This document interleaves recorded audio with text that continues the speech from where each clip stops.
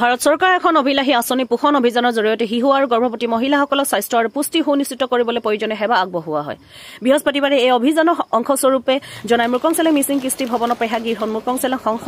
শিশু উন্নয়ন প্ৰকল্পৰ উদ্যোগত আৰু জনাই সমজিলা প্ৰশাসনৰ সহযোগত প্ৰায়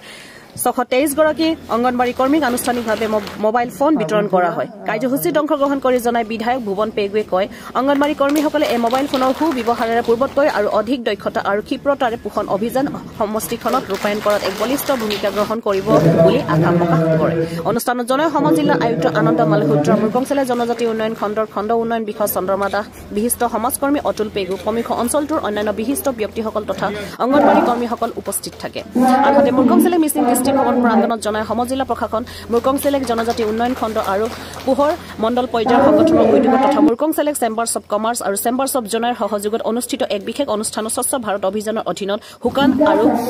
ভিজা আৱৰ্জনা সংগ্ৰহ কৰিব পৰা মুঠ 14খনকৈ জাবৰ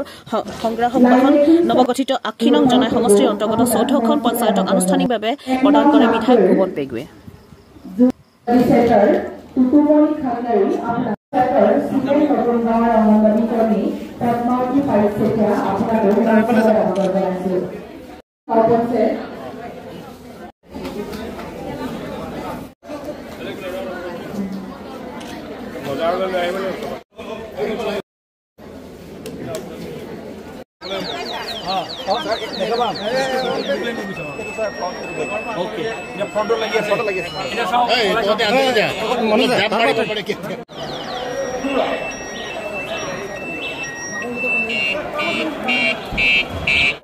আমাৰ মুখ্যমন্ত্ৰী ডাঙৰীয়াই অংগনবাদী কেন্দ্ৰবোৰ মানৱ সম্পদ গঢ়াৰ প্ৰথম আপোনাৰ পদক্ষেপ হিচাপে যিহেতু গ্ৰহণ কৰি যোৱা কিছু বছৰ ধৰি মডেল অংগনবাদী কেন্দ্ৰ, তাৰমানে ভাৰতবৰ্ষৰ ভিতৰতে আমাৰ অংগনবাদী কেন্দ্ৰবোৰ চবতকৈ ধুনীয়া হওক বুলি মডেল অংগনবাদী 25 লাখ টকীয়া যেনেকৈ দি মেলি সুন্দৰ কৰিছে, ঠিক সেইদৰে তাৰ কমিউনিকেশ্যন ভাল হওক, ইনফৰ্মেশ্যন থাকক অংগনবাদী ৱৰ্কাৰৰ লগত। তাৰ কাৰণে আজি মোবাইল ফোন, স্মাৰ্টফোন আজি দিয়াৰ এটা কাৰ্যসূচী লৈছিলে অংগনবাদী ৱৰ্কাৰসকলৰ কাৰণে, আজি আমি বিতৰণ কৰিলোঁ। তাৰ পাছত ইয়াতে আমাৰ প্ৰত্যেকটো গাঁও পঞ্চায়তত আমি একোখনকৈ জাবৰ নিষ্কাশন কৰাৰ কাৰণে গাৰ্বেজ ডিছপ'জেল আমি এনে বেটাৰী আপোনাৰ ৰিক্সা আমি দি দিছোঁ। আৰু এইটো যদি হয়, যিখিনি সাপ্তাহিক বজাৰ আছে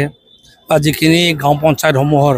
জাবৰ জোঁথৰ পেলোৱা মূল কেন্দ্ৰ আছে, তাৰ পৰা লৈ গৈ বেলেগ জেগাত ভালকৈ য'ত এটা ডেজিগনেটেড এৰিয়া, য'ত জাবৰ পেলোৱা জেগা, পাছলৈ য'ত প্ৰচেছিং কৰিব পাৰি, য'ত আপোনাৰ আকৌ পাছলৈ ইয়াক কনভাৰ্ট কৰিব পাৰি, যে প্লাষ্টিকবোৰ বেলেগকৈ,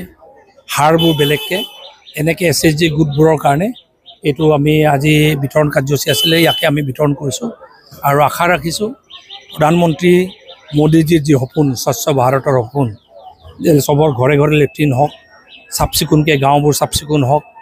আমাৰ চহৰবোৰ চাফ চিকুণ হওক, সুন্দৰ হওক, আৰু মানুহবোৰে বেমাৰ আজাৰৰ পৰা মুক্ত হওক। আৰু খোৱা পানী যেনেকৈ জল জীৱন মিছন ৭৫ বছৰ আমাৰ গাঁওবোৰত খোৱা পানীৰ বিশুদ্ধ খোৱা পানীৰ ব্যৱস্থা নাছিলে, এতিয়া গাঁৱে গাঁৱে কোটি কোটি টকা খৰচ কৰি জল জীৱন মিছনৰ আঁচনি লৈছে। আৰু আশা ৰাখিছোঁ সেইবোৰৰ পৰা লাহে লাহে আমাৰ বিশুদ্ধ খোৱা পানী যেতিয়া পাব, জাবৰ জোঁথৰ যেতিয়া লেতেৰা নহ'ব, আমাৰ জেগাবোৰ লেট্ৰিনবোৰ যেতিয়া খুব য'তে ত'তে মানুহে পেচাব পায়খানা নকৰিব, আমাৰ স্বাস্থ্যবোৰ ভাল হ'ব। এটা সুস্থ ভাৰত, সুস্থ ভাৰতীয় নাগৰিক হিচাপে